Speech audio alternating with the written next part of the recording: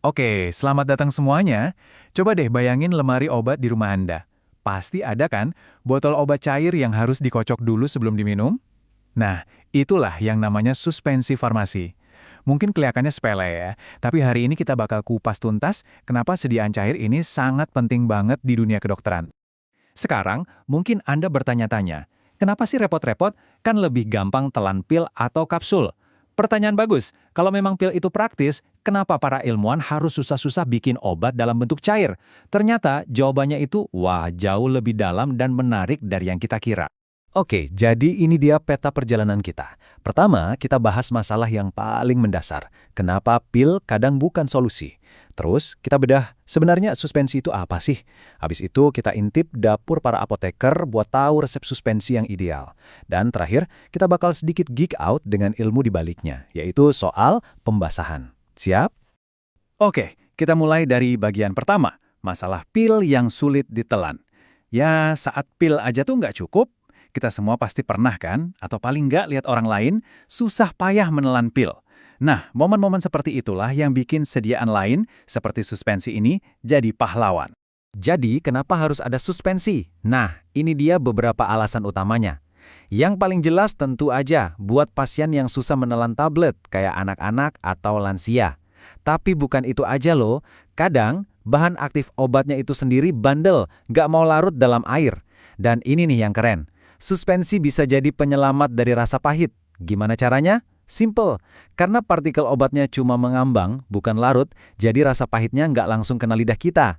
Ditambah lagi, suspensi seringkali lebih stabil secara kimia, dan bisa bikin obat lebih gampang diserap tubuh. Lengkap kan? Oke, kita udah paham ya kenapanya. Sekarang, mari kita bedah apanya. Jadi, apa sih sebenarnya suspensi itu?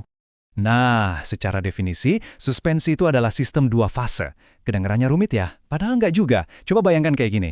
Ada partikel-partikel padat super kecil, ini kita sebut fase terdispersi yang tersebar merata di dalam cairan, tapi nggak larut.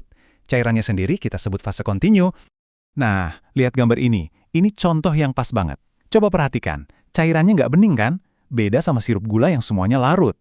Di sini, kita bisa lihat partikel-partikel padatnya itu seolah-olah mengambang di dalam cairan pembawanya. Penampilannya jadi agak keruh. Nah, itulah inti dari sebuah suspensi. Tapi ada satu syarat teknis penting loh, soal ukuran. Partikel-partikel yang mengambang ini biasanya ukurannya 0,5 mikrometer atau lebih besar. Mungkin kedengarannya kecil banget ya, tapi angka ini tuh krusial. Kenapa? Sabar, kita bakal bahas lagi pentingnya ukuran ini sebentar lagi. Oke, lanjut. Sekarang kita masuk ke bagian serunya. Gimana sih cara meracik suspensi yang ideal? Ini kayak resep rahasia gitu. Ada kriteria-kriteria khusus yang harus dipenuhi, baik biar pasiennya nyaman maupun biar produknya efektif secara farmasi. Kita lihat dulu dari sisi kita ya sebagai pasien. Suspensi yang bagus itu yang gimana sih? Pertama, pas dikocok partikelnya harus nyebar rata. Biar apa? Biar tiap sendok takar isinya pas, dosisnya konsisten. Terus ya jelas, bau dan warnanya harus enak dilihat. Paling penting teksturnya harus mulus. Jangan sampai pas diminum rasanya kayak ada pasirnya gitu, kan nggak enak. Praktisnya lagi harus gampang dituang tapi juga nggak keenceran.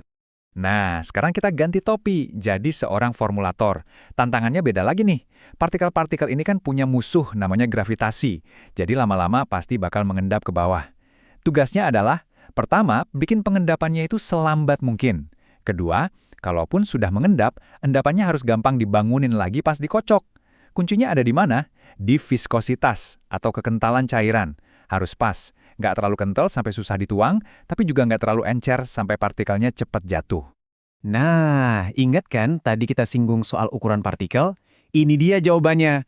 Kalau ukuran partikelnya lebih besar dari 5 mikrometer, wah itu yang bakal bikin teksturnya jadi kasar atau terasa kayak ada pasir di mulut pas kita minum. Jelas nih pengalaman yang nggak kita mau dan harus dihindari banget sama pembuat obat. Oke, sekarang kita masuk ke bagian yang agak ilmiah. Tapi sumpah, ini keren banget. Judulnya Ilmu Pembasahan. Pertanyaannya simpel, gimana caranya membujuk partikel padat biar mau nyampur sama cairan, padahal dia nggak mau larut? Jawabannya ada di konsep pembasahan. Dan kutipan ini benar-benar jadi kuncinya. Dibilang kalau langkah paling krusial itu adalah pembasahan awal. Intinya, sebelum partikel bisa tersebar, cairan harus bisa memeluk partikel itu dulu, menggantikan semua udara yang nempel di permukaannya. Kalau langkah ini gagal, ya udah suspensinya nggak akan jadi. Lihat diagram ini. Ini kayak arena pertarungan di tingkat molekuler. Bayangin aja lagi ada lomba tarik tambang antara tiga kubu. Di satu sisi ada gaya tarik antara si partikel padat dan udara. Di sisi lain ada gaya tarik antara partikel padat dan si cairan. Terus ada juga gaya di dalam cairan itu sendiri, yang bikin dia maunya nempel sama teman-temannya, nggak mau nyebar. Nah, apakah si cairan bakal menang dan berhasil menyelimuti partikelnya? Semuanya tergantung siapa yang punya tarikan paling kuat. Nah, buat memprediksi siapa pemenang tarik tambang tadi, para ilmuwan punya wasitnya, namanya koefisien penyebaran. Ini semacam angka aja yang bisa ngasih tahu kita, cairan ini bakal nyebar sendiri di atas padatan itu atau enggak ya? Gampangnya, kalau nilainya positif, artinya lampu hijau. Cairannya bakal nyebar dengan senang hati. Kalau negatif, nah berarti kita butuh bala bantuan. Jadi, apa bala bantuannya? Nah, disinilah para pencomblang masuk, yang kita sebut zat pembasah atau wetting agents. Gimana cara kerjanya? Bahan ini kita tambahin ke cairan. Tugasnya itu jadi penengah. Dia menurunkan ketegangan antara si cairan dan si partikel padat. Akibatnya, si cairan jadi lebih gampang mendekati dan memeluk si partikel, sambil ngusir udara yang tadinya nempel. Hasil akhirnya, dispersi yang stabil dan merata. Sempurna. Jadi gitu teman-teman, ternyata di balik sebotol obat suspensi yang sederhana, ada ilmu yang luar biasa kompleks. Ini yang bikin kita mikir, terus apa selanjutnya? Dengan semua kemajuan teknologi sekarang, kayak nanoteknologi dan material baru, kira-kira tantangan dan inovasi apa lagi ya yang bakal muncul? Gimana caranya nanti suspensi bisa jadi lebih canggih, lebih stabil, dan tentunya lebih nyaman lagi buat kita semua? Menarik buat ditunggu kan?